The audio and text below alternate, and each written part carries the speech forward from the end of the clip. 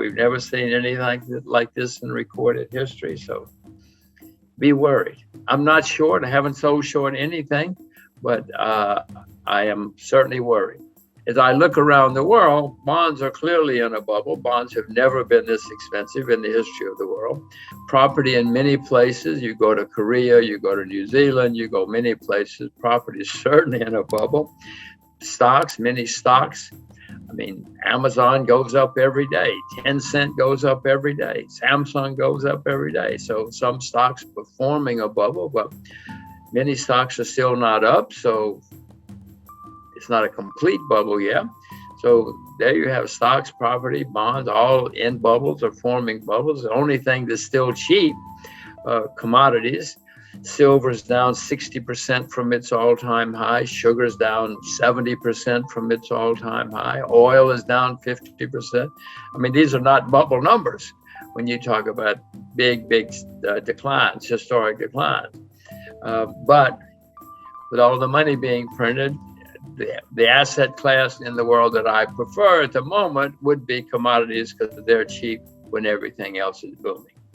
I do own stocks. I do own stocks in places like China, Russia, Japan, other places. But I'm not rushing out to buy unless I find something really good. Well, I said, I'm not short. I know it's going to end badly. If something comes along that's good, I'll buy it. But Adam, I know this is going to end very, very, very badly. To repeat, the better it gets, the worse it's going to get when it comes to an end. I would suspect that when it ends, we're going to have the worst bear market in my lifetime. In 2008, we had a big bear market problem because of too much debt. Adam, since 2008, the debt everywhere skyrocketed, unbelievable. Even China has debt now. China didn't have debt 20 years ago, 15 years ago.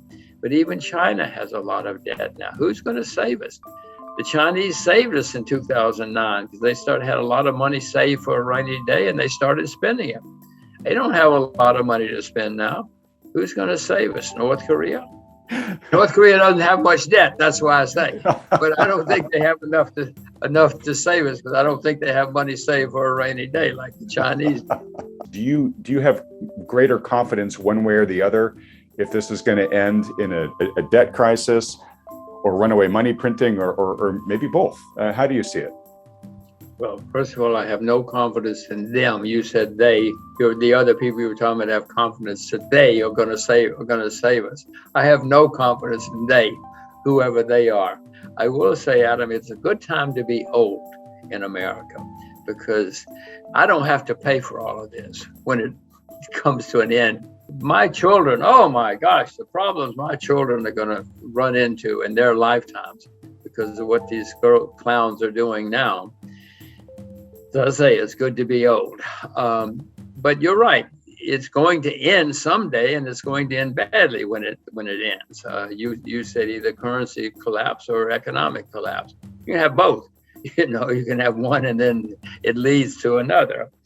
In the 30s, we had both, for instance, around the world, and then we had war, a shooting war, and that's the really bad news is. Often in history, when you have really, really bad times, especially worldwide, it winds up in shooting wars. It certainly did after the 30s.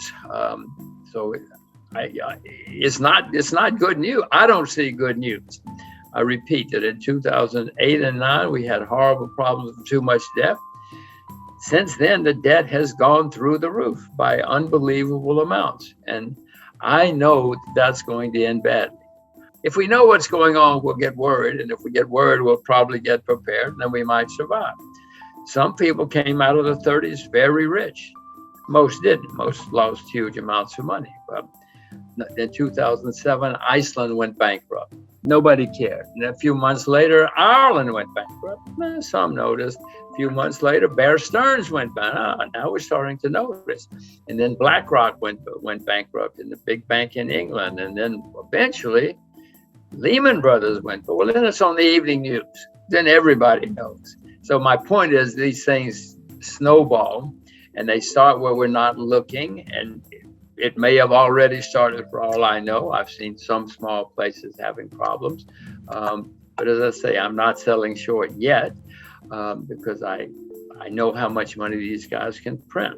And what I would suspect is going to happen, Adam, is somewhere along the line, next month, stocks go down in lots of places. Well, then they're going to really panic because they want to keep their jobs. And so they're going to print even more money. And so we'll have a rally. But I would suspect that would be the last rally because there's only so much. I mean, eventually the market says, wait a minute, guys, we've seen this movie before. We know how it ends. We don't care how much money you print. Do you worry at all about the societal implications about what's going on here? Absolutely. History is pretty clear that when you have bad times, there is usually social unrest. People aren't happy. And if we do, in fact, have the worst bear market of my lifetime, which I don't see how we can avoid, if and when that comes, there are going to be a lot of very, very unhappy and angry people. And one difference in now and the past is people really get angry now. They think that you can't do that to me. In the 30s, people were a little more disciplined, a little more understanding of what was going on in the world. They weren't happy. There were protests. There was some violence, not much violence in the U.S. anyway, since that's what we're talking about. But people were a bit more accepting of the system. No, Adam, look out the window. Nobody accepts anything now. You can't do that to me. It's your fault. It's not my fault. So no, we're certainly going to have social unrest, certainly in the U.S., but in other countries as well. You find out what's going on. If you do, you'll get worried, and then you'll get prepared. Because, Adam, it's very clear. This history shows that when things go really wrong, what history shows, first of all, politicians blame foreigners. They always blame the foreigners because that's easy to do. But then it also leads to unhappy people and social unrest. I mean, I guess the main lesson of history, Adam, is people don't learn the lessons of history. I mean, I could sit here and tell you all day. We had a president recently who either didn't know history or thought he was smarter than history, and it didn't matter. Well, I know history smarter than I am, and I know it matters. And I know it always goes that way, that people get very unhappy and they look for scapegoats, and then it's not good. They've already gotten into trillions, which you and I never could have conceived of. Most people could not have conceived of, but they don't want to stop. So I'm wondering what's after trillions. We're going to learn new languages, new vocabulary here in the next year or two if they keep going the way they're going. Nearly every government, every central bank in the world has been printing huge amounts of money and borrowing and spending huge amounts of money. It's never happened like this in the history of the world. Never in recorded history have we seen so much excess. I'll call it excess. They think it's normal. They think it's fine. And this has caused many markets to go up a lot. You know, if you want to build a bridge, it takes a long time. But if you want to invest and you have a lot of money floating around, you just go on the internet and in 5 seconds you can invest in anything you want to. And that's what's been happening, and that's what's continuing to happen. There might be signs that's beginning to slow down. The Chinese seem to be cutting back some, not a lot. Well, not a lot, but they're cutting back. They're not expanding. Other countries say they're cutting back, and the U.S. says, "Oh, maybe we should cut back someday." But in the meantime, there's gigantic amounts of money floating around. It's going into markets. It's going into the real economy as well. It's artificial. If you see some of the things that, the shipping business is just unbelievably hot right now because there's so much money floating around. The bad news is these things always end, and the better they get, the worse they get when they end.